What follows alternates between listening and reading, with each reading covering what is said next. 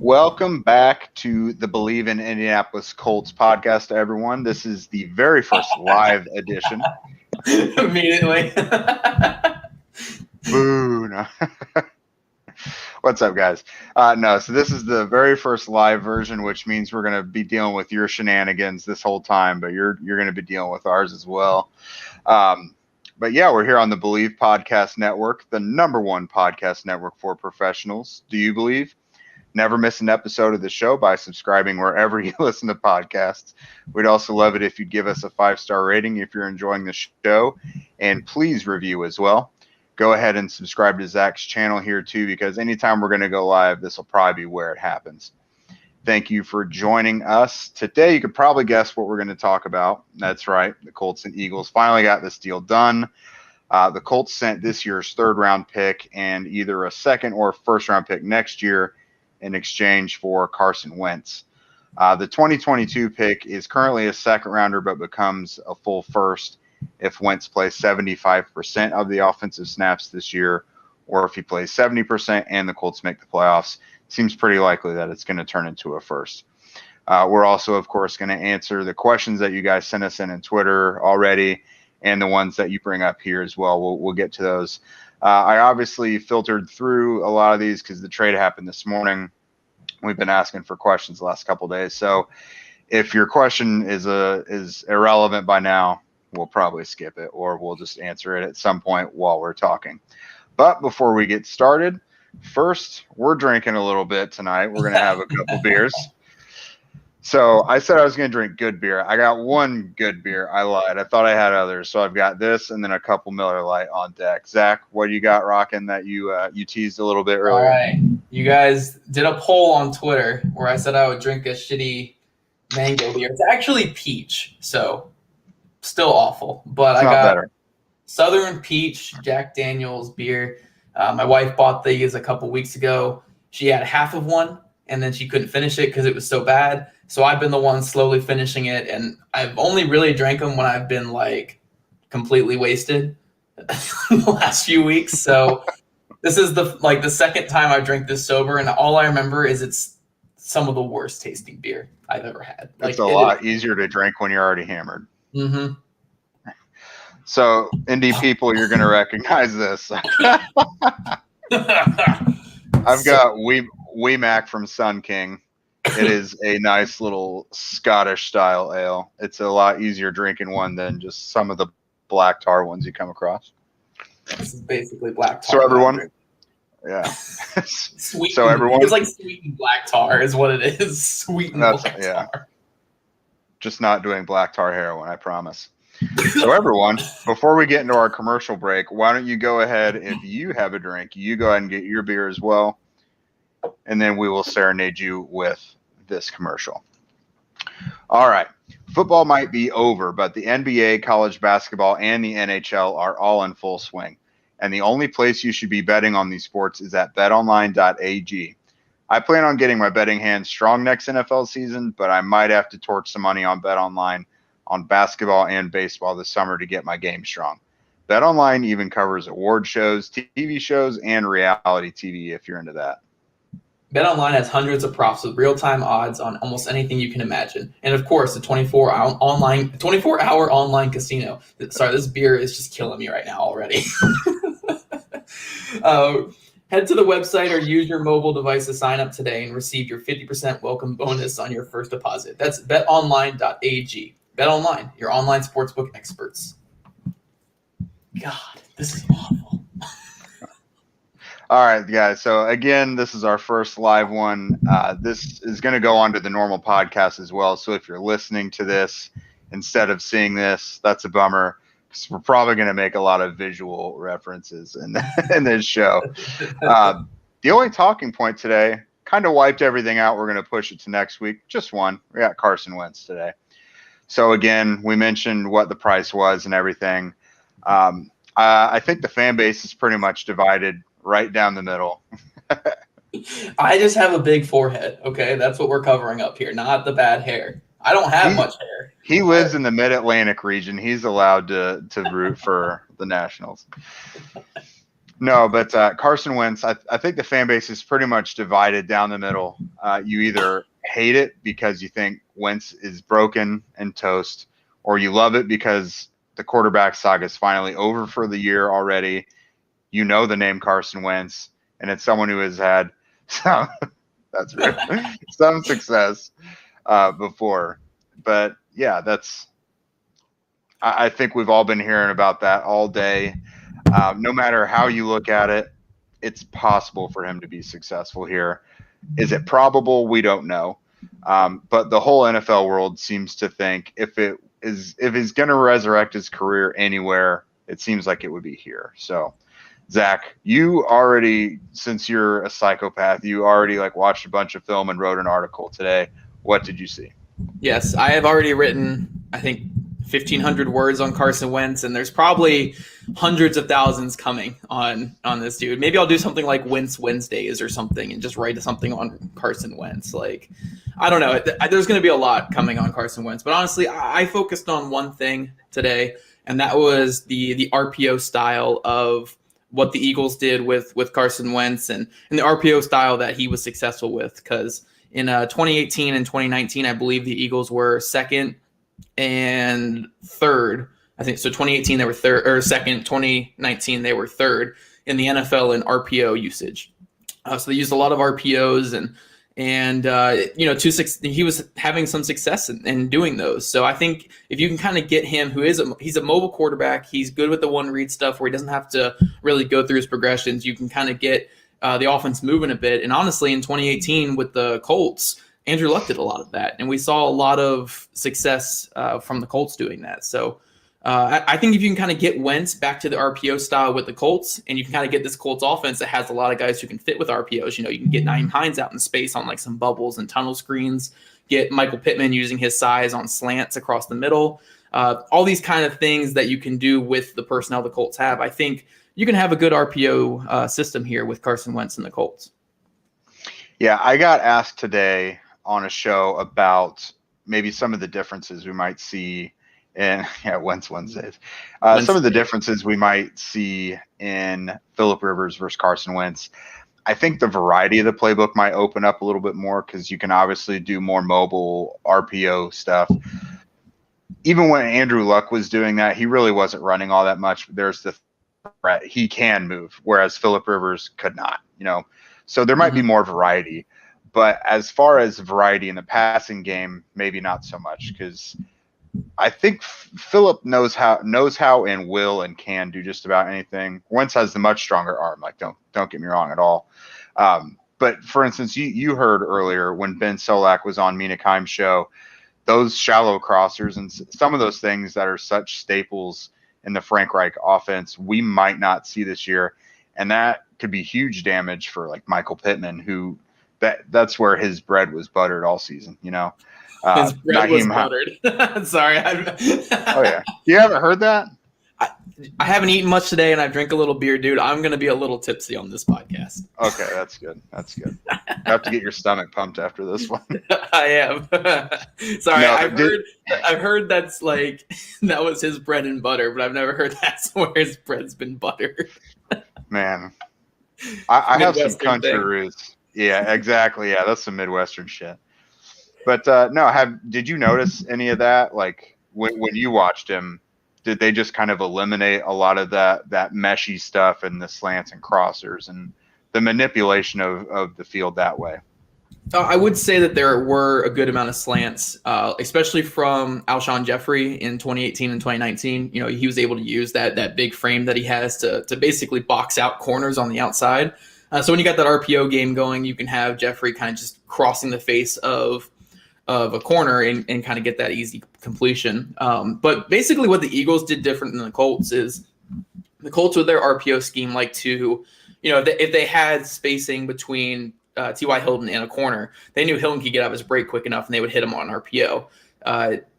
The Colts, that's what they wanted to do. They wanted to get to receivers. They wanted to get playmakers in RPOs, where the Eagles like to get it to their tight ends. They liked getting it to Zach Ertz and Trey Burton, and later on Dallas Goedert is where they really like to get the RPOs to. So I'm kind of curious to see where that meshes there. But with the crossers and stuff, from what I've seen, there is an issue with that. It's not necessarily that he like it's hard throw to make, because it's not. It's a crosser. It's like right in front of the line of scrimmage there. Some of them are like 3 or 4 yards average depth.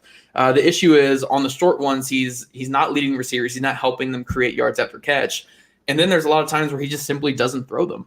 And I think that's what Ben was saying on Mina's podcast. And it wasn't something I was specifically focusing on, but I did kind of notice it in my periphery. Like, okay, he's not throwing these crossers for some reason. I don't know why. Again, there was a lot of mental and mechanical breakdowns with Wentz last year.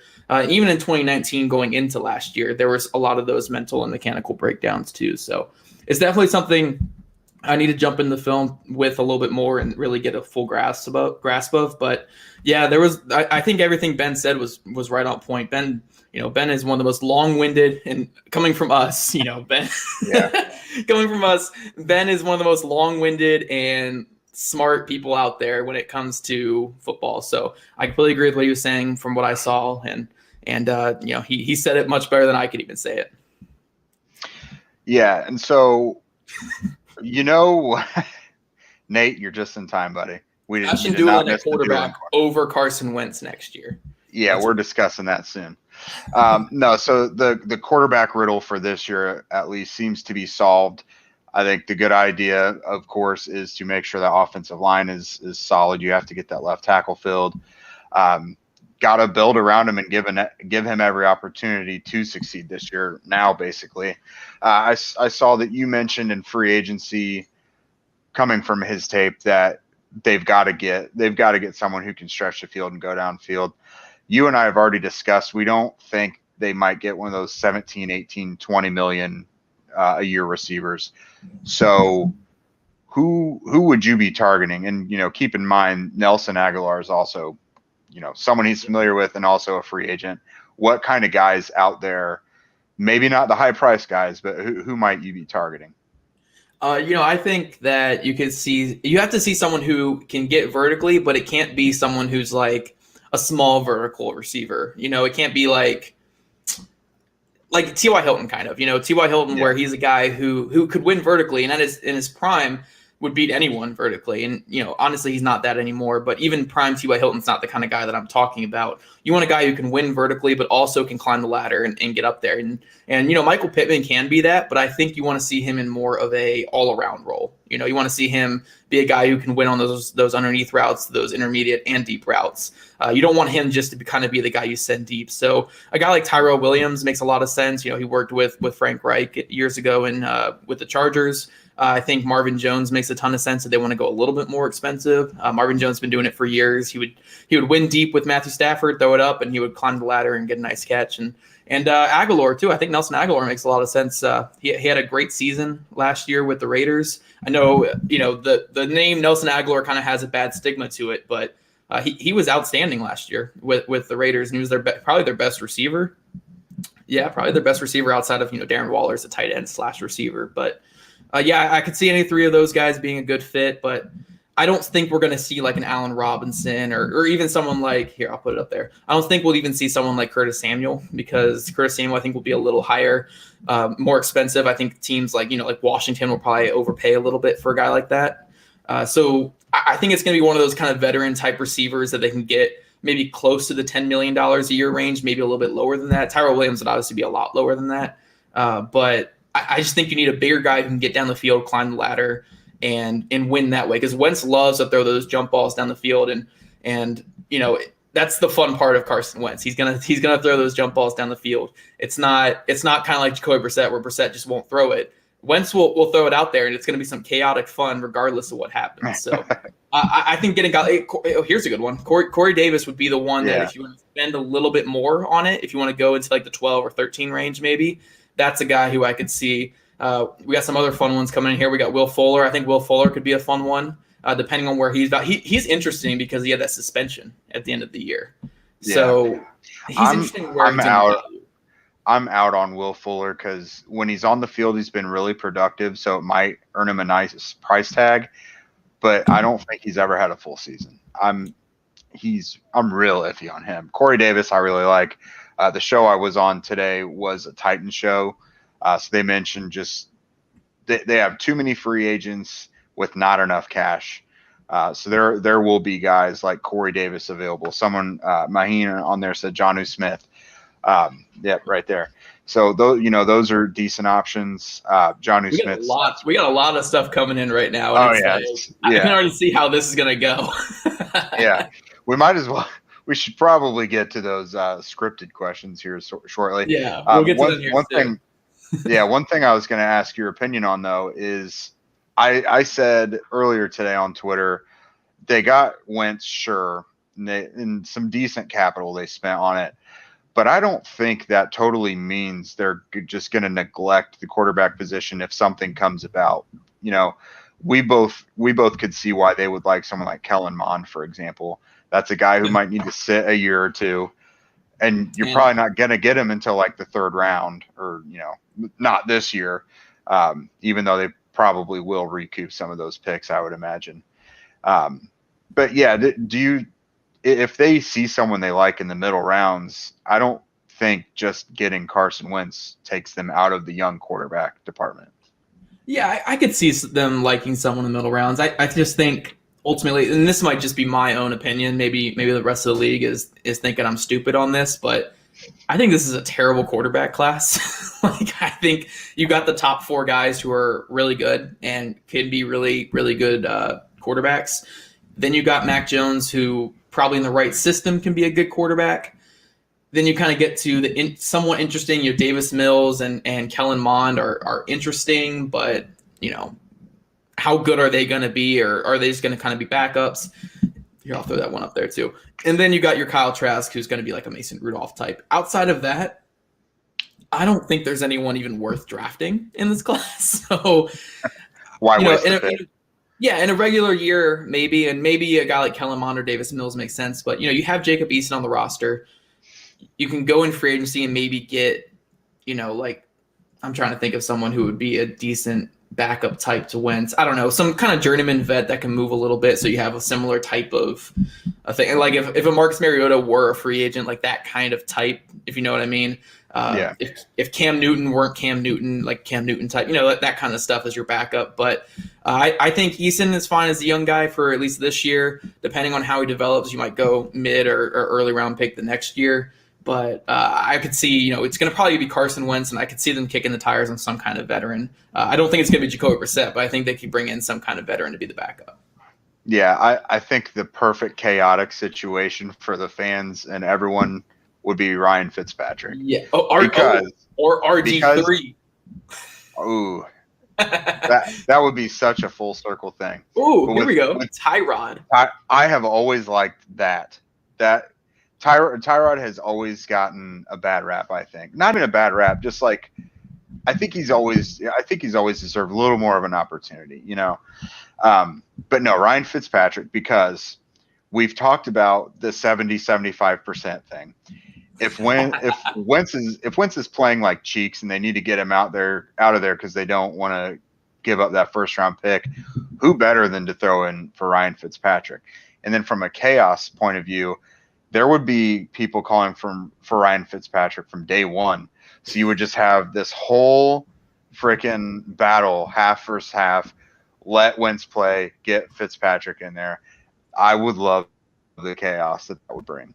All right, so here's what you do. Bring in Fitzpatrick, right? And here's how you keep that pick a second rounder while the team is still good. You have Wentz play the first 3 quarters of every single game. And then in the fourth, you bring in Ryan Fitzpatrick. He finishes it off the game. And then by the end of the year, I think that's right below the 75% or whatever. So it wouldn't be, unless you make the playoffs, then it would be a first round pick. But Tommy Reese style, I love it. There we do. Yeah, he's the Tommy Reese to the Wentz's awfulness, whoever the other guy was at Notre Dame who was bad. I can't remember his name. Nate, I love you. Nate said, Johnny Football, let's get weird. I love it. Hey, did you see him win in the fan-controlled football game, whatever that was? His numbers were weird. If what I saw was correct, his numbers in that game were odd. We can go with a retired baseball player in Tim Tebow. Oh, okay. Baseball Hall of Fame. That'll let all of our parents on Facebook really glow, and they would love that pick more than anything. All right, so I think it is time. I think it's time. Oh, you know what? Someone mentioned this, and you'd be a perfect person to ask about it. So there was a lot of other players and stuff rumored in the trades.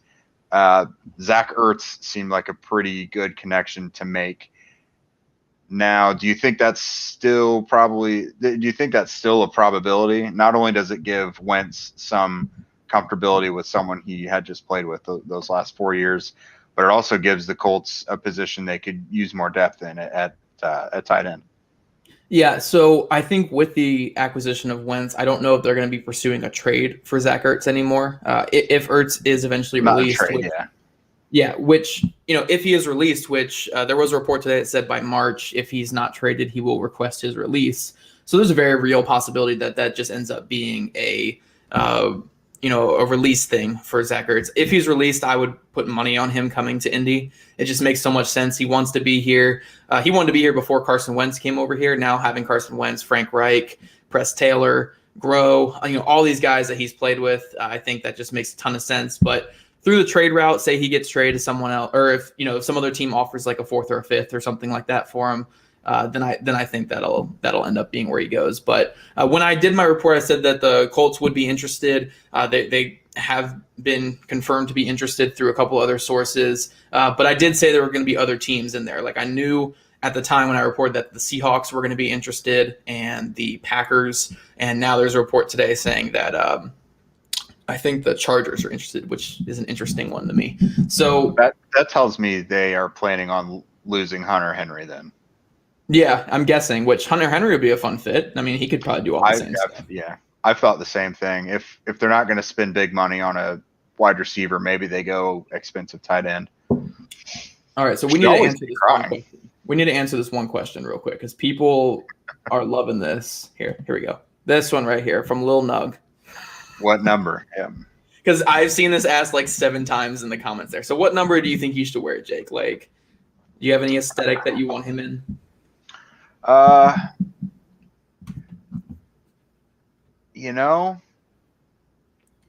think I like Pittman in the 11. Yeah. So I would like to see him stay there. I don't want to see him in 12 because, it's not always the player's decision, but like I hate when I see a legendary player's number given away so quickly. Like, and DeMichael Harris deserves that 12, damn it. 17 might be a decent one, UK. I'm trying to think of what numbers are available. You got a lot of 10s. People just want to take Jacob Easton's number 10. From him.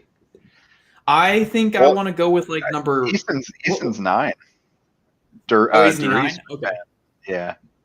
Oh no, we can't replace Derice's number that quick. Come on, it's too soon. 10 would be a nice number. It's a nice even round number. Yeah, 10 is, my God, everyone wants 10. I would say either 10 or just go something wonky like number 1 or number 2 is what I would kind of go with. Like just give him that single digit, like really low number. I think 2 would be a fun look, but Tim Couch. Yeah, there you go. Yeah, I mean, same exact player. He should refuse to play until he's given number 18. There we go, Kevin, with me. Number 1. Give him 1. Yes. What was his number at NDSU? I think it was 11 as well. Oh, well, damn it. At the end of the day, he's probably going to wind up with 11. I think we all know that. I guess what would Pittman go back to? Would he go back to like in the 80s again? Rodrigo's number 1. Who's number 2? Oh, Rodrigo's number 2. Yeah, he could take number 2 from Rodrigo. Like, come on. I think, is he 2 or 3? Oh, is he 3? Maybe. I don't know. I don't know. You know me. I can't even get their names right half the time. Yeah, that's true. Let me see. I want to see here. You can just talk to the fans here while I look up Wentz's college number. Yeah, someone mentioned you can't replace McAfee's number. Oh, Rigo's 2, McAfee's 1, and Rodrigo's 3. That's what it is. 86 was his camp number initially, but that's tight endish to me. We really need Jay on this thread to tell us about the numbers, but I think 86 is too big. Yeah, I mean, he's a bigger receiver, but Wentz was 11 in college. Okay. We really need to get this rig rolling. We're going on to our everything's numbers. I don't even know. I know, guys. I'm not good at math. This is not good for me. We're going on to our next advertisement. We have a brand new advertiser for you guys. We're going to take a brief moment to talk about our newest sponsor, eBay. Whether it's the rare dead stock or the latest release, find the exact shoe you're looking for on eBay. And I'm going to break a personal rule of mine because I have a weird thing where I hate the word sneaker in reference to shoes. But I'm going to say sneaker a couple times here, and I'm going to feel gross about it. As the original sneaker marketplace, eBay is the place to go cop the pair you've been eyeing. With eBay's authenticity guarantee, your sneakers are meticulously inspected by independent professional authenticators. A team of experienced sneaker authenticators, which, holy hell, that's hard for me to keep saying, verify the box, logo, stitching, and dozens of other inspection points. So those shoes are legit when they get to you. Each sneaker also receives an authenticity guarantee tag that includes a digital stamp of authenticity, and it also protects sellers with a verified return process. And for sneaker sellers out there, eBay has eliminated selling fees on sneakers $100 plus, making it free to sell or flip your collection. Go to ebay.com/sneakers today. eBay, the world's best destination for discovering great value and unique selection. Sneaker seller is the sketchiest title I've ever heard anyone be given in my life. If someone called me a sneaker seller, I would ask them to pull up. Lucas, I am trying to load up your DM right now, I promise, but it's I see it. Oh, okay. This is how Twitter illiterate I am, even though I've been on Twitter for like 10 years. Like, I was trying to scroll because I thought it was like a blank picture, but no, he's got Wentz in a number 10. Let me see. Look at that. That looks better. I think he's going to be number 10. I think that's probably what it's going to be. But Terrence Wilkins was number 10 the second time he came back to the Colts. I don't know who that is. Yeah, that's before your time. I just outdated you grossly there. All right, so we're going to our already asked questions on Twitter. First one is from Jose J. Hernandez. Thoughts on whether the negative traits of Carson Wentz can be corrected or improved should the preseason take place in normal conditions? Also, getting Wentz, now he asked this before the trade went down, say that means losing this year's second, which it actually losing this year's third. What's your dream draft for the Colts? So first things first, are Carson Wentz's negative traits correctable? First off, to start with Sean's question here, you can reach out to us at what's the email again that you always say at the end? BleavInColts@gmail.com, and that's BLEAV. Not like I believe in you, but yeah. And add a couple zeros in there, and we'll be good. We'll read your resume. I'll read anything you want me to for enough money. I'm a money talks, Sean. Many. I don't know if you watch Scrubs, but nobody cares, Sean. Starting with Eason's negative. Not traits. Eason, Wentz. Or Eason. Darn it, we always talk about Eason's negative traits. Talking about you just Wentz's pissed off 5 people on Twitter right there. All 5 of the E-Stands, which, by the way, is the greatest name ever. Like, I love that they call themselves the E-Stands. But That's anyway, Carson Wentz's negative traits. So I've seen the comparison a lot lately to Phillip Rivers 2019 to Carson Wentz 2020, and how Rivers was quote unquote fixed going into 2020, and the Colts are able to fix him. So why can't they fix Carson Wentz? Well, I think they're completely different situations. Phillip Rivers was purely a gunslinger type quarterback, like losing basically every bit of physical, not like every bit, but lost a lot of his physical ability, and was on a really, really awful team, and he still had that gunslinger mentality. Where when you look at Carson Wentz, that was a bit of an issue too, where that gunslinger with a bad team, and that's why some of the interceptions were up. But we kind of saw, it was Nate that came up with E-Stands. I thought they came up with it. But what, hold on, did you see his number one worst trait is being a ginger? Oh my gosh. But when you look at what went wrong with Wentz last year, I think a big part of the issue was not the physical part. Like, he still has all the physical ability. We saw those flashes where he was making plays as he was getting hit. He was still running RPOs and getting big gains with his legs. The big issue was his mental and mechanical breakdown.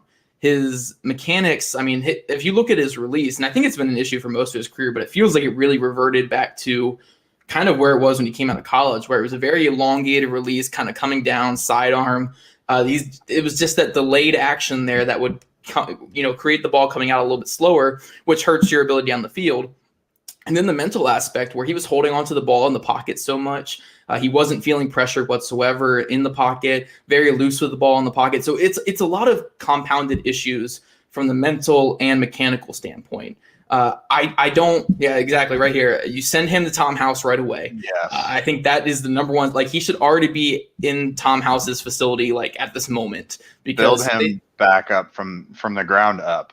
Yeah, because that release you need to fix. You need to release his footwork. There's a lot of images going around where, his feet are pointing one direction, the ball's going the other way. That's a huge no-no playing quarterback. From the little bit I know about playing quarterback, that's the little bit that I know right there. But yeah, he just needs a complete mechanical workaround, and then he needs to have more trust in his offense. I feel like a lot of the issue was, and we saw a lot of reports coming out about the mental aspect of what was going on last year, where guys were open and he wasn't throwing it for whatever reason. He wasn't throwing those drags and crossers. The big thing he needs to buy into is this offensive system this year. And, sometimes you can take that drag or you can take that crosser and you can get the ball out quick and create those yards after catch. So I think there's a lot of hurdles for him to overcome, where when it comes to someone like Phillip Rivers, there weren't really many hurdles. He just needed to get on a better team because the mental aspect was still there. He still could, call a million plays at the line of scrimmage, dissect what was going on the defense, and get the ball out quickly. And we saw that last year. Like, all that stuff kind of came back to him. With Wentz, you just need that complete retooling, and you got to completely restructure his mechanics and also his mental aspect of his game. Yeah, that'll definitely be big. I'm looking down here too. Yeah, Eason is working with Tom House as well. So yeah, you will have a friend, but yeah, they can bring lunches and walk into the facility together. Yeah, there you go. They'll compete with each other. But no, I think whether he's bad or not, I think he'll be better than last year because, number one, it can't really get worse. Number two, he's going to be in an offense that wants to run the ball. And Jonathan Taylor, I mean, he was just third in the league in rushing. I think we would all like to think he's going to be a top 10 running back again next year. They got to get left tackle figured out, but I would think the run game should still be a quality run game. They need to get some receiver stuff figured out. Who knows what's going to happen with Ty? They've got some nice tight ends. So I think his supporting cast will be a little better. Coaching might be a little better. Offensive line a little better, even though injuries dictate a lot. And that offensive line in Philly was banged up last year. He still had the 11th most time. He should at least be a little better. He still had the 11th most time to throw, even with that banged up offensive line, because they actually had pretty good depth in Philly compared to what we had this year, which was not good depth. They had some, not very good depth. Good, good starters, but not great depth. Now, what was does Hines stock skyrocket? You would think, because I think with Reich, Hines stock should still kind of be where it is. Reich is going to get the ball to Hines. That's what he wants in this offense. But with Wentz, if you look at his last 2 years with running backs, he hasn't been able to hit drags. He hasn't been able to hit screen plays. And he's kind of had the unwillingness to go at them. I mean, I would say really go on Twitter and find that Mina Kimes and Ben Solak conversation where he was talking about that. So I don't know. Like, you would think that it was last year, but from where Wentz was going the last 2 years, it wasn't super positive with hitting running backs in the passing game. Yeah, I would expect Hines' receiving numbers to take a little bit of a hit this year, just because Phillip Rivers and Andrew Luck really embraced that. And I don't recall Jacoby being like a magnet for running backs, really, just more scrambling around and seeing what's going on. But yeah, Carson Wentz is not a big running back guy, so we'll see how that goes. But we saw Nyheim develop into a little bit of a better runner this year. Next up, Bendy Dudes Only, Nate Kent. Our sweetheart. How early is too early to take Jordan Smith? Hashtag Bendy Dudes Only. That's his first question. I'll let you answer that one first. Well, yeah, you go ahead and answer it. Dude, I've been telling Nate all offseason to watch Jordan Smith. I don't even know if he's watched him when he asked that question, so who knows? But I'm telling him because he likes those bendy guys, and Jordan Smith is 6'7" or 6'6", 255, and can bend. I think he's a bit raw, and he's probably going to get like a second-round grade from me. But, if the Colts trade back from 21 and get to like that 28th pick or 30th pick, I'm all game for taking Jordan Smith there. I really Bleav in his potential. And it all depends what they do in free agency, obviously. If they get like a Yannick Ngakoue or they get a Bud Dupree type, you could still go Jordan Smith and have another really good player. But you could probably see them going another direction. But if they strike out on those top pass rushers, then yeah, dude, I'm all down for Jordan Smith, even late first round. Yeah, I was going to say first round may be too rich just because you could probably still get him in the second if you trade it back. But yeah, anytime day 2, second round, perfectly fine. And then his second question, how are the combine testing numbers being released this year, or has that not been publicized yet? So my thought, I don't think it's going to be real-time live action like we're used to getting. I would imagine NFL communications – whatever, I don't even know a whole lot of details about how the combine or whatever it's going to be will be conducted, or if it's just going to be a bunch of private workouts and pro days and stuff. But if they did, I would imagine NFL communications will probably just send out scores and testing numbers for guys, and then it'll be up to the people on the email list to distribute that to Twitter. So that's how I see it going down. I was joking with the Iowa State tight end, Dylan Soner, when I was talking with him on a film interview. I said all he has to do is like run a 40 and then speed that video up by like 1.5 or something like that, or 2, and just tweet out that he ran like a 4.26 at like 270. Like I think that's what everyone should do. I think that's what we should do. Oh, UK Colts fans is signing off, it looks like. All right. Good night, Elliot. Night, buddy. I love Elliot. Wait, real quick. I want to say before we jump into this, I love Elliot because whenever he tweets from the Stampede Blue page and he's answering questions, I'll just see random U's thrown into everything, or O's or whatever, thrown like rumor and color and stuff. And I'm like, it's Elliot tweeting. Yeah.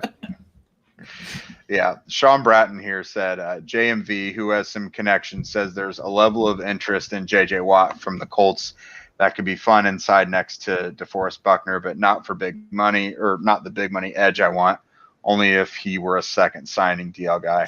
So yeah, JMV is one of the radio guys in this town I would listen to. Can't say you should want to listen to all of them. But JMV definitely is someone who knows what he's talking about. So what he says, I would listen to. I don't know. I would think most teams have a level of interest in J.J. Watt, though, to be honest. Yeah, I'm about to say to that right there, I would say, every team has a level of interest in J.J. I mean, he's J.J. Watt, but. Yeah, I can see the Colts being interested. I mean, they've played against him for like a decade now, so I'm assuming they're going to be interested, but I don't think they're going to end up with him. I would say probably a team like Buffalo or even Tennessee with the Vrabel connection. That Tennessee with Vrabel connection makes sense. Maybe Cleveland, because I've heard that one thrown around a little bit, but I don't know about. I don't think Indy's going to be one of his top 3 when it comes down to it. I don't think so either. I think Pittsburgh, Green Bay, Buffalo, Tennessee, those teams make a lot of sense. I don't know if Tennessee will be able to pull it off. They'll have to lose a lot of guys probably in order to make that happen, because I think Watt still deserves decent money. Yeah. But we'll see. Cat guys hate DD. I don't have a cat. I'm just not a douchebag. I'm apparently a Canadian cat guy from so Kansas City. He mixed you up. Yeah, he mixed you up with Jeremy. And then if there's any like Colts bloggers who are known for having a cat, I'm not sure. I don't even have a cat in my profile picture. I don't know how I became a cat guy, but yeah, I have a dog. He's really good at talking shit about Colts media members and saying things completely inaccurately. That's this how my tips. That's show. how my tips with him have always started. His whole show is saying things inaccurately, though. That's the whole show. Like, that's, if you're tuning in, that's what you're getting. It's just loud and confident, so people like that. Next question, Zach Carl, you've been waiting. Oh man, I love our comment section now. Zach Carl, you've been waiting. Who is a day 2 edge rusher you like for the Colts? So we just mentioned that Jordan, of course. That's who we've been talking about quite a bit lately. I like this edge class because there's no consensus about the top. There's no top 5 guy, and I think everyone's top 5 edge rankings are probably different. Wouldn't you say that too? Yeah, no, I'm only gonna have the one first round grade. I think it's gonna be Kwity Paye because with his size and his ability to bend, I think. Bendy. Bendy. I don't think he's a finished product though either. Like, I think he's gonna have a good impact in year 1, but I think it's a very, very raw edge class, and it's kind of like a pick your flavor there because like day 2 guys, and just to promo my kind of stuff here, I did my first Build a Ballard of the year. Build a Ballard is basically where I look at all of the traits that Chris Ballard has kind of drafted at certain positions throughout his whole career. With Kansas City and with Indy, I don't look at the Chicago stuff because he was just a typical scout there. I think he elevated to a higher role later on, but he was mostly just a scout there. So it's hard to really say how much of an impact he had. But in Kansas City and Indy, he's had a huge impact. I look at all the guys who, fit traits-wise to what Ballard likes, and I try to narrow down kind of the whole draft class. And I just recently did my first article, and it was actually on edge guys and defensive ends. And Jordan Smith was the number 1, Senior Bowl, bendy, super explosive. But number 2, pretty close to him, was Peyton Turner out of Houston. Peyton Turner is a guy who I love. I think he can be a lot like an Autry type, but he can even play more on the end. I think he was 6'6", 270, had a massive wingspan, I think of like 35-inch arms, which is super insane. And Ballard loves his length. One thing I figured out when I was looking through his stuff, looking through his draft history, is the only defensive end that Ballard's ever taken with under 33-inch arms is D Ford, and it was like 32 7/8, so right below that threshold. So essentially that 33 inch is my threshold I look at with Ballard now. Peyton Turner was at 35 inches. And then another guy who might sneak into day 2 because he just had such a great Senior Bowl and great season the year before was Ellerson Smith out of Northern Iowa. FCS guy, did not play this past year, put on 20 pounds of muscle going into the Senior Bowl, 6'6", 262, and he still moved really fluid and really bendy and really explosive. So I think he's a guy to watch. I think he's going to outplay his draft position, and I could definitely see him being a guy that Ballard falls for. Yeah, that's good that you said that because Senior Bowl is such a huge factor, honestly. Yep. Especially in some edge guys, it seems. I think you could throw Carlos Basham in there. Maybe not the perfect, I think you got to factor in left defensive end as well because they do see those as 2 different positions. So yeah, if we're talking the bendy speed rusher types, yeah, but it's yours Quincy Roach as well, Dalen Hayes. It's hard to say because again there's just no consensus on the edge guys in this class. I will add real quick fun fact: Chris Ballard has never taken a defensive end in the draft that was not at the Senior Bowl.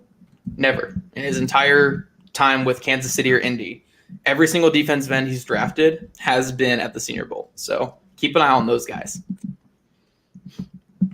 And that includes Tyquan Lewis, who you could say defensive tackle as well. Yep. Okay, next up, Edger and Nate. What does the future of the tight end position look like for this offense? And then Grant Ermitter also asked something about tight ends as well. He asked who is a move tight end that we could net in the draft outside of the first. So of course not Pitts. So looking at tight end currently. And then Kevin also asked about Trey Burton. So we just got to lump every question together here is what we're going to do. Yeah. All tight ends. Which also, by the way, Kevin, welcome to the stream. I'm glad Kevin was in here. By the way, I want to shout out Kevin because with the Ertz stuff, he gave me credit on in his article he wrote the other day, which was a really class act. Great job, Kevin. I really appreciate it. Always been a huge fan of everything you do. So I really appreciate that. But yeah, you can start off now. I just want to interrupt you like I always do. No, so Trey Burton, I don't know. It just doesn't feel like that's coming back. What's up, Jason? Trey Burton, it just doesn't seem like it. They'll be looking at another kind of athletic stretch tight end, I would think. If I'm not mistaken, they've not drafted a tight end, and they really haven't drafted a tight end in forever. It seems like Justice Cunningham back in 2013, I think. So it's been a while. There's some decent ones in here. So, of course, not Kyle Pitts, but Brevin Jordan, Pat Freiermuth. Those are some of the bigger ones you might look at. There's been the last couple of years, I thought it might be time for them to take one. But Jack Doyle, of course, not getting any younger. He seems to have a contract that some people are starting to have a little bit of an issue with. Mo Alley-Cox, I think we all know, Mo can stay. So this might be the year that a tight end happens. Let's see. Yeah. Was that a burp or gag? Gag. Okay, cool. I'm not that gross. I have some manners. Oh no, this is an unfiltered show. LeBron, that would be dope, Dustin. Even at 34 years old. So you go ahead and touch on the tight ends before I get to Edger and Nate's second part of his question. Zach, you drinking the nasty stuff? Yeah, dude, I'm drinking this. What was it? That's the poll question brew. Yeah, Southern Peach Jack Daniels. Shout out to my wife for having me drink all these. But the tight end, I still think Zach Ertz can be in play if he gets released. I stand by that there is mutual interest on both sides. It just depends if the Eagles want to end up releasing him or end up trading him to someone else. So we keep an eye on that. I could see Trey Burton coming back. I think he played fairly well for them this past year. I could definitely see that, but I think they're going to go other options. I don't know if it will be, it's interesting. I think Hunter Henry makes a lot of sense too, especially because those, Chargers ties. I don't know if he ever played under Reich. I don't think he did, but just the ties to the Chargers organization itself. When it comes to the draft, though, that they don't really draft tight ends. I think Eric Ebron is the only tight end who's been rostered by the Colts that was actually drafted at all. Not just by the Colts, by anybody. Jack Doyle wasn't drafted. Trey Burton wasn't drafted. Mo Alley-Cox wasn't drafted. Eric Swope wasn't drafted. All those guys. So I don't see them going the draft route with that. But I would say one guy to look out for, who I know teams are a lot higher on than most people are because he just didn't catch many balls, was the guy I brought up a little bit earlier with Dylan Stoner out of Iowa State. Played with Tom House at Iowa State these last couple of years, and Tom House, who has those connections to the Colts. I know that they watched Mo Alley-Cox and Jack Doyle tape all the time. And also, he's a really good athlete. He's 270 pounds, but he actually was GPS clocked at 21 miles per hour on an interception at one point this year. We're running down an interception, which is freaky athletic for a 270-pound guy.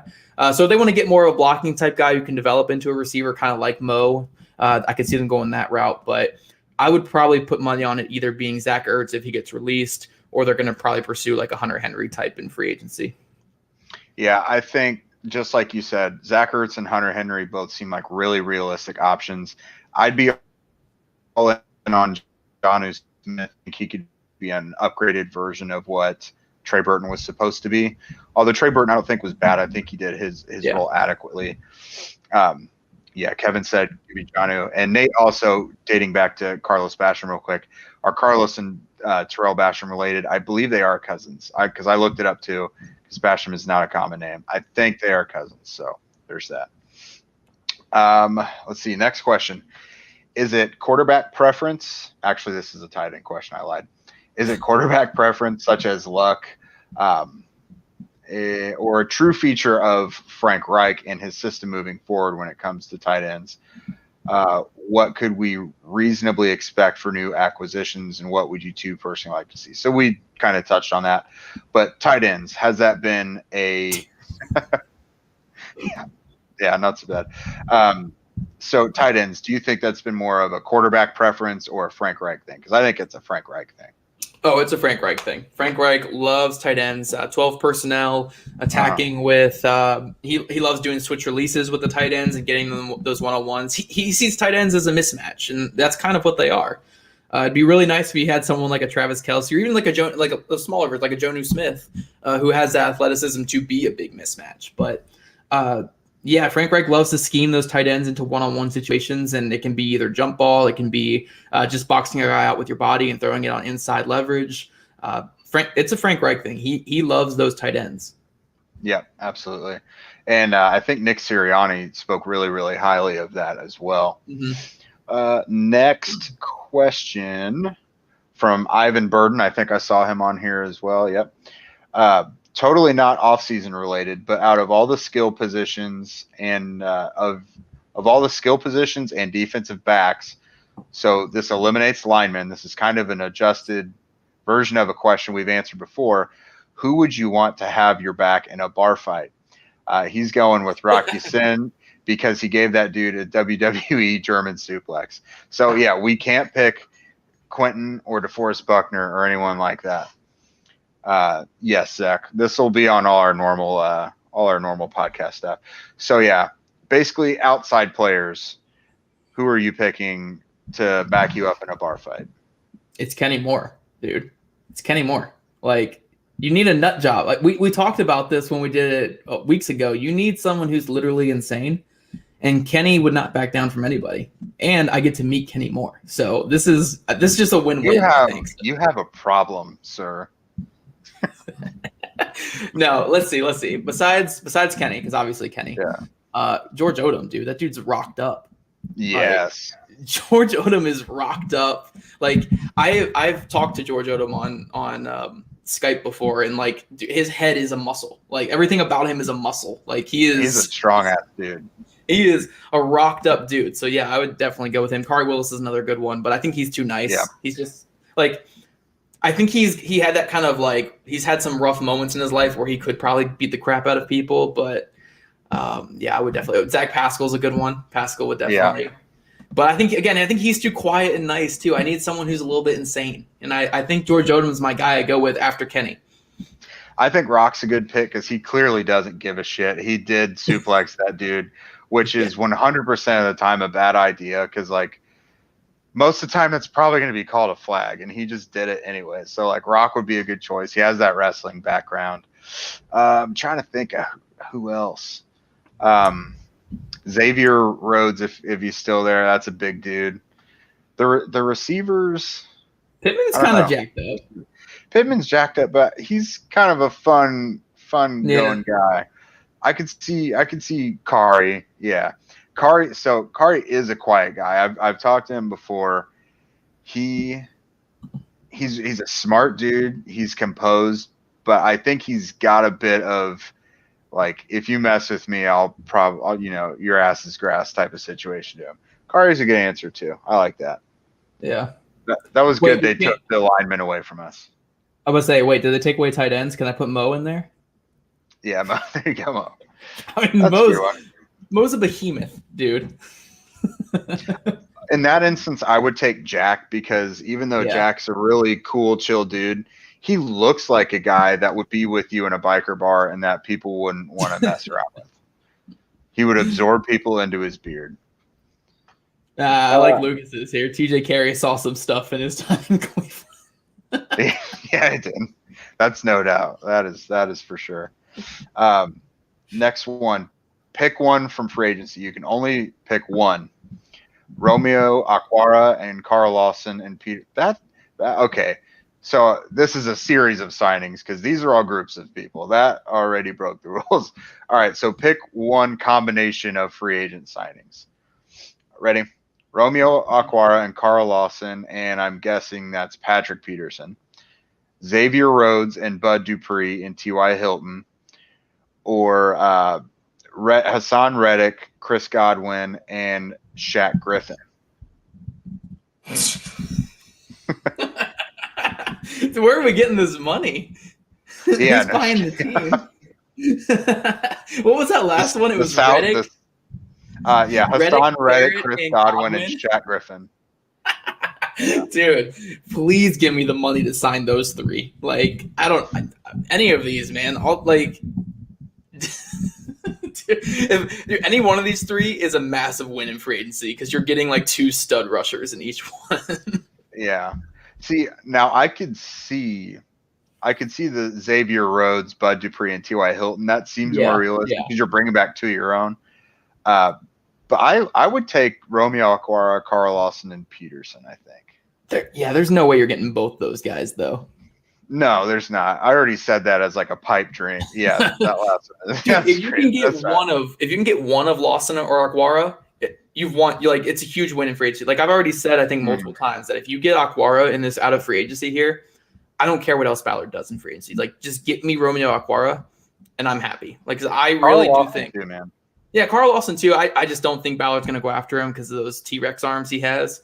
But he's got short arms and he's not a great athlete. But Romeo Okwara, even though combine-wise wasn't a great athlete, like he's cut some weight, looks great. One of the most nuanced pass rushers, I think, in the league. And I really do think next to DeForest Buckner, we're looking at a consistent 12 to 16 sack guy a year. Like I really think he can be a stud in this league.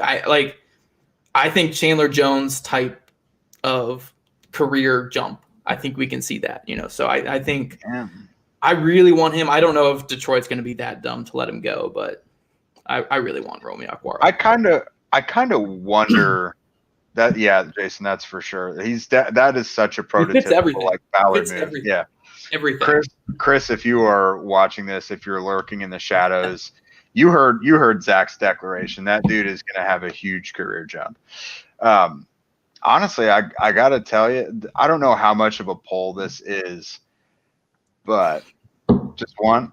I got to get into the Miller Lite now. I'm done with the WEMAC. Drink break. Do you need to get something else, Zach? No, I don't have much food here, and we got snow outside. I didn't say food. I'm hungry. I've eaten granola bars and brownies today and then drank this. Are you snowed in like that? That's what people who are snowed in eat. Pretty much. You're iced in. Okay. Yeah. Oh, so I was going to say his brother now has been drafted to the line. So I was a little curious about that. Like, does he want to stick around with his brother? I mean, I know money's a big thing, but you don't get that opportunity a lot to be able to play with your brother. So next one from the Curious Colt.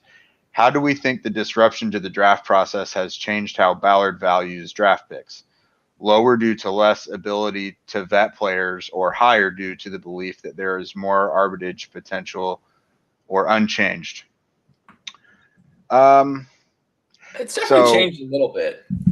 Yeah, but I think this is a scouts draft. It's a film draft. It's one where you trust your scouts above all else, And does any GM trust the room more than Ballard? Yeah. I think above all else, this is a draft where he really would want picks. Now, I say that he just gave the 3rd round pick for Carson Wentz, but you would think he would really want picks in this draft because he trusts his room so much.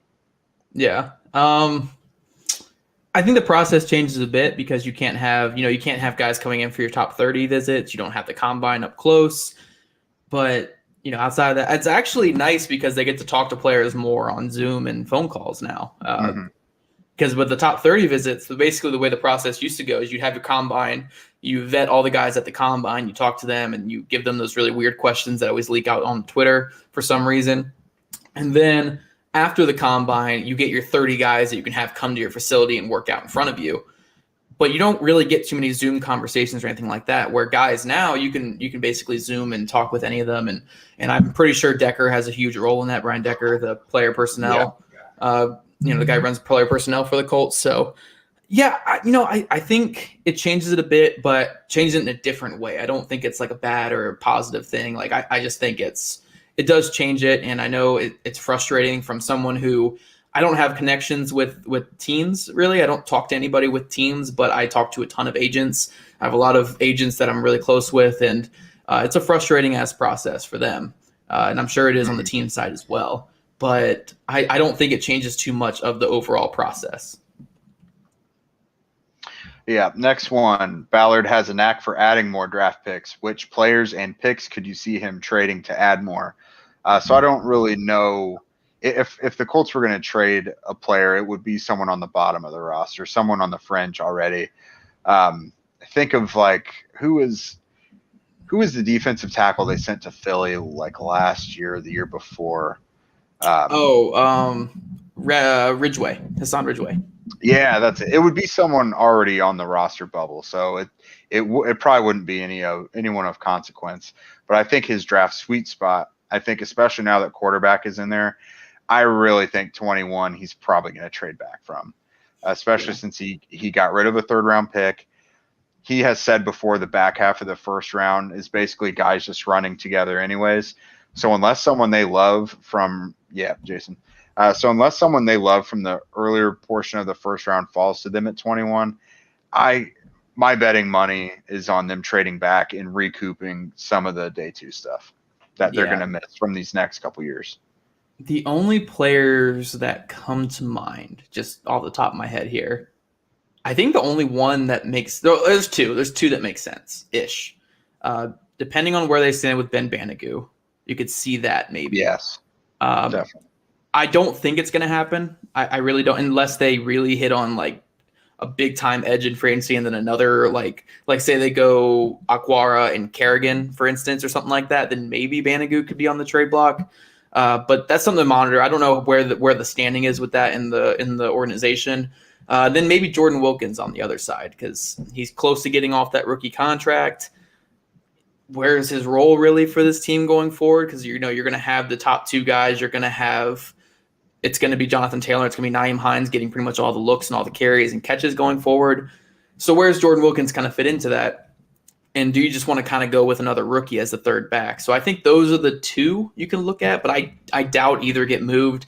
I'd probably say Wilkins is more likely to get traded than Banigou, but I'd say trading back from 21 and maybe even trading back further than that, like trading from 21 to say 28 and then trading from 28 to like 36, I think is something that could possibly happen. Yeah, that's definitely how I see it. Now I have a lot more guys to watch, but there's nothing that screams at me right now that they're gonna stay there at 21. I don't know.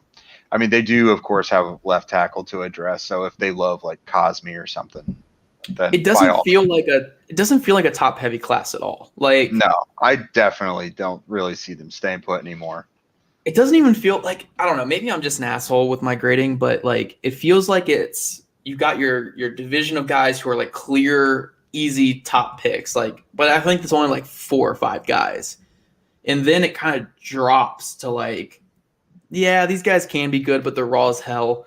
And then I think the sweet spot in this draft is that like late 2nd and 3rd round type, because I think there's a lot of intriguing guys in there, but I don't think it's even like an early 2nd round type of draft. Like I really don't like a lot of where like late 1st round, early 2nd, or even mid 1st round, early to all the way to early 2nd. I don't like anybody like in that range. I don't feel super confident that I can't get, like, I feel like I can get a better player, not like a better player, but like a player with the same type of traits and stuff in like the late 2nd or early 3rd. So yeah, I think this is the perfect Ballard draft to trade back a couple times. Mm-hmm. Absolutely. The last pre-asked question: if the Colts trade for and it happened, if the Colts trade for Wentz for a day 2 pick, and then they made a nauseated face, what do you think they do in round 1? So the Colts. Was this Max? Yeah, it was Max. Yeah, it was Max. So that's exactly what happened. The Colts traded for Wentz for a day 2 pick. So now what do you see in round 1? We obviously just talked about trading back, but that'd be a cop-out. Let's not say trade back. What positions do you think? Either edge, tackle, or maybe receiver. Ballard doesn't strike me as the type who would take a receiver that high, though. But honestly, at this point, you might want to consider it if you're Ballard, because, Pittman was a good pick, and Pittman, I think, is going to be fine. But when you've taken some guys kind of mid to late 2nd round stuff, receiver, your Paris Campbells, and then you get to the day 3 stuff, your Deion Keynes and Dries Fountains, it's hard to count on those guys to be as productive as your 1st round guy. So I could see maybe a receiver if someone falls. Maybe Waddle's injury scares some teams. I don't think it's going to happen, but maybe. But I would say it's either going to be a tackle or a defensive end if they stay at that pick. Maybe a corner because Ballard likes drafting corners. But I would bet on the trenches, pass rusher or offensive tackle. Yeah, that's exactly what I would think too. Rashad Bateman kind of stands out. Kwity Paye has been tied to them in a bunch of mock drafts I've seen, but I don't know that he's going to still be there. Yeah. There's like smaller receivers that he normally would like. Waddle, like you said, could be there, but he's already returned from his injury. Yeah. So I don't like that's a far out, but I think you could circle guys like I think Jordan Smith could be in play because I really do think he's going to climb up with more and more stuff. But I think when you look at the tackle class like Cosme, it's going to hurt me to say this, but Jalen Mayfield, I don't like his film at all, but I know fine. Liam Eichenberg, I think, could be a decent starter there. I think they can get a starting tackle at that spot if they don't trade back. But for me personally, when I look at it, Jalen Mayfield, Sam Cosme, Dylan Radunes, all these guys, if you can trade back and still get a guy like Dante Smith or James Hudson in that late day 2, like mid to late day 2 range that I think can develop. So I don't think there's that much of a difference. So I don't know. I would trade back and I wouldn't take a tackle at 21 unless like Darrisaw were there because I think that he'd be a great picker. Maybe even Cosme. I really like Cosme's film. So, but I probably wouldn't go with tackle at that spot unless one of those guys are there. You know who I was just watching today, and I'm very confused on now, I guess, was Raeshawn Slater. Because short arms. Exactly. He's got like a center's build, but he does play like a tackle. Like I see why people like him. But I've got to think, just knowing what Chris Ballard looks at, I've got to think they probably see him as an interior guy. He'd be a top tier guard in the NFL. He's going to be a top tier guard when he gets moved in. Another guy like that, just to continue the trade talk. And also I wanted to mention, Jason, I think Radunes would be a great pick in the early second round range if the Colts trade back. But Tevin Jenkins, another guy who I think the NFL is going to see as a guard, but I would start him at tackle. And honestly, I like that the Colts, I don't think the Colts value arm length as much as other teams. Like Braden Smith's a tackle right now, and he has some of the smaller tackle arms in the league. Obviously, he was drafted to be a guard, but they've kept him at tackle with those smaller arms. But then again, they moved Danny Pinter inside because of his smaller arms last year. So who knows exactly where they're going to value that. But guys like, and here's a perfect one right here, Elijah Vera Tucker, Tevin Jenkins, and Raeshawn Slater are all guys who I think can be good tackles in the NFL, but the NFL might move inside because they love that arm length stuff. And I get it. Like, say Vera Tucker could be a top, 10 guard in football, or it could be a top 15 tackle. Which one do you take? I'd probably take the tackle, but I could see someone taking him as a top 10 guard. So there's a lot of movement with these. This is a really good tackle class, but some of these guys will probably get kicked inside in the NFL. Yeah, and it seems like for tackles, that sweet spot might be the late first, early second kind of area. Yeah. Sean Bratton said, would you rather sign and pay for an edge and wide receiver and draft a tackle and cornerback? Think cornerback can also be a cheaper sign. What do you think? I think what it's going to be, just pure guess, and from a couple things I heard, but mostly just a pure guess. I think they're going to attack edge, and I think they're going to attack corner, whether that's bringing back Xavier Rhodes or bringing in someone like Akilla Witherspoon or Shaq Griffin. We've talked about that in past podcasts. I think they're going to bring in a corner and an edge, and then I could see – I'm almost certain that tackle is going to be like fully addressed at the draft. Like, you might get like a vet, like a James Hurst type guy who could be a decent starter or swing guy at tackle in free agency, but you're going to really address it in the draft. And I think receiver – I could see them going with a kind of a veteran type and then going a little bit younger at the draft with that as well. Yeah, I think the smart money is to get you gotta do edge and corner with free agency because you don't want to have to rely on real young guys. You don't want to hiccup at corner. You have enough young guys already at corner. We got Tell, Isaiah Rogers, and then you got Rock Ya-Sin. That's a lot of young guys there at corner. Yeah. And Dustin Nelson actually asked, I think I've seen it earlier in the show, about Marvell Tell. I think he'll be in the mix at cornerback.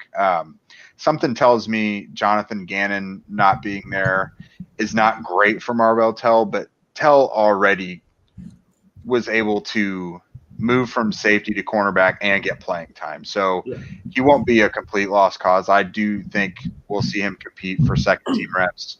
I do like him a lot. I was kind of bummed we didn't see him this year, but that's not going to be a guy they say, okay, we don't have to get a starter because we have Marvell Tell. You know, he'll compete to be a backup. Maybe he surprises them really well in the offseason and maybe can earn some valuable reps or play a role like TJ Carey was able to do, but they still have TJ Carey for now. But yeah. Next one, not sure I've heard your thoughts on moving Nelson to tackle. So I think it's a good fallback. Yeah, it's a good option. We've talked about just get the best 5 out there regardless of how that looks. I think you, of course, need to keep exploring left tackle options all the way through the draft. But if it winds up that Nelson's your best answer, then so be it. But I definitely think you need to keep exploring other options until that time kind of runs out. Yeah, like, you know, my optimal offseason is signing like a Roderick Johnson in free agency, who I think can start in year 1, and then getting like a Dante Smith out of ECU in like round 3, you know, barring that they trade back and they can make that pick. I think that's the way to go. But say they, you know, say they don't sign like Roderick Johnson type, and then they draft Dante Smith or someone like that, and they don't think they're ready to go. It's nice having someone like Nelson who can play left tackle. You can just kick him out, start Danny Pinter at left guard, and you probably won't lose too much overall. Like, Nelson probably won't be as dominant, but you're still going to get pretty good protection on the left side. So I think it's great to have a fallback like that. One thing I know both of us agree on is we do not expect someone like Trent Williams or someone to be in the plan. No, that's too expensive, and their offensive line already is going to be very expensive this time a year or two from now when you factor in Nelson. Kelly is already the highest paid center, I think. Braden Smith. Mark Glowinski, if he gets re-signed, you know, he'll get paid. So it's going to be a really expensive offensive line. You can't add an enormous left tackle contract onto it. I think it's an interesting question, Jason, because to me, Rodgers and Newsome aren't field stretchers. I think they're more of like you can attack underneath with them and they'll win after the catch. Because I mean, Amari Rodgers is basically like Deebo Samuel light. He can run through guys and all that stuff. Daz Newsome is kind of like a little bit more juiced up Jamison Crowder type to me. So I think they're kind of more underneath guys who can win. But if you're talking about speed to win down the field and guys you can kind of get in like day 3, I really love that Josh Palmer kid out of Tennessee. I think he's a blast to watch. Like, watch some of his film. He's great. Frank Darby out of Arizona State. And these guys are both Senior Bowl guys, by the way. So just a plus to Chris Ballard there. Frank Darby, Austin Watkins out of UAB. That's another guy who's, I think he's like 6'6" or something like that, like 200 pounds. He can win down the field. So I think those are some guys that you can see that can win vertically. And then Daz Newsome's teammate, Diami Brown, is in this class. And he wins down the field so quickly. He's probably the best deep threat in this entire class outside of Jalen Waddle. So that could be another option. I think he's going to be around round 3 or so if they trade back.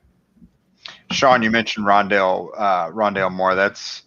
To me, he kind of fits along that same stretch. You can do a lot of run after the catch type of stuff with him. Yeah. He could be there in the first round, but I think he'll probably be an early second round pick if I had to get. Yeah, for sure. Kind of froze on me there, Jake. We'll see. Can you hear me? There we go. There you go. Right. I was saying you froze on me, and I was like, damn it.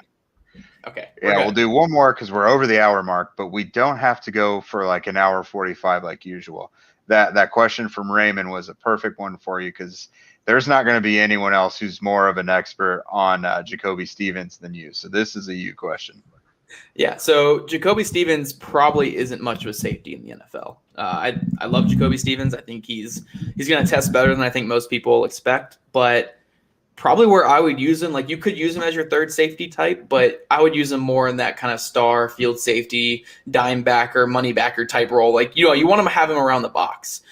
Think of how the way I've actually been comparing him lately, and I actually have fallen kind of in love with the comparison, is think of how Jamal Adams is used in Seattle, where Adams is never really a deep safety. He's always around the line of scrimmage. He'll man up on some slot guys. He'll blitz a lot, which Jacoby Stevens is one of the best blitzing players in the draft. So he can blitz a lot. He can play that zone coverage over the middle. He can defend the run. I think that's where you'll see a guy like Jacoby Stevens. He'll be like listed as a safety and can play some safety, but you'll see him a lot more in the box, and that will free up Kari and Blackman to play a lot more of that deep safety together. So love Jacoby Stevens, love his fit. I think the Colts, from the guys I've talked to, because I've talked to both Missouri safeties who said they talked to the Colts and had good conversations, and they're both kind of that way too, where they can play a little bit in the box and play a little deep. I think the Colts want a safety who can play in the box, or they want like a center fielder type so they can bring Kari into the box a little bit more. So yeah, I think Jacoby Stevens fits that perfectly. You can kind of have like a dime linebacker in Stevens, and also a guy who's a great blitzer, can cover in man. Like Jake said, I'm the expert on Jacoby Stevens. I'm a huge fan. And I was lucky enough to connect with him this offseason, and he's even better than I expected talking with him. I mean, just such a great dude and really well-spoken, smart guy. He kind of reminded me of Kari a little bit when I talked to Kari a couple years ago before that draft, where super mature and really smart guy who knows his shit. And I think that would be just a great addition to this defense. Yeah, we didn't see it a lot lately, but the Colts do have a plan if they want to use three safeties. They can get three on the field at once, and there's so many sub packages. It could work if they've got the right guy. They're not going to just do it with anyone. But I think they were going to do it last year. I think they were planning on doing it last year with Blackman. Yeah, with Hooker, Blackman deep, and then Kari more in the box. And then obviously Hooker's injury took that away. And they didn't trust Tavon Wilson enough to bring Kari in the box and have him out there, which for good reason, obviously. And I don't know what's going on with George Odom, why, but he's kind of just more of a special teamer, I think, at this point. So I think they're going to be in the heavy market for a third safety. And it wouldn't shock me if they took another safety on day two, even though we wouldn't all expect it, kind of like last year. We could see another day two safety pick from Ballard, I think. Yeah, that wouldn't surprise me at all. I mean, they'll draft whatever position they matches the value there at the pick. But that is it for today's show, everybody. Thanks so much for joining us on this live one. I really liked it. Don't know when our next one will be. Maybe next week, maybe not. Who knows? We'll see. But this will also be, we'll put it on Apple Podcasts and Spotify on all that like our normal show would be. So please, of course, remember to subscribe to it. Subscribe here to Zach's YouTube channel. Give us a rating and review as well. We finally hit the U.S. football charts on Apple Podcasts. So not Spain. The best. Yeah. We have some other European countries and stuff that we're doing well in, but we really like the United States. The best way for us to move up that is ratings, reviews, subscriptions, of course, but ratings and reviews especially. But yeah, get us on Apple Podcasts, Spotify, and wherever you listen to podcasts. Be sure to follow the show on Twitter, Facebook, and Instagram at Bleav in Colts. Me personally at Jake Arthur NFL on Twitter and Facebook, as well as Jake Arthur _ on Instagram. Zach is on Twitter and Instagram at Zach Hicks 2. And be sure to follow his written work on Stampede Blue and Cover One. As you heard him mention, he's doing a lot of prospect interviews and stuff right now. So that stuff's really good. That's must-watch TV. If you have any questions that you'd like us to answer on the show, please send them to us through email at bleavandcolts@gmail.com or respond when we send out the call for questions on Twitter. This episode was brought to you by BetOnline and eBay. If you're interested in advertising on Bleav Podcast, please contact them at bleav.com. If you're interested in advertising on just this show specifically, just shoot us an email. You'll hear from Zach and me again next week to discuss the latest on the Colts and or answer you guys' questions. Have a great night.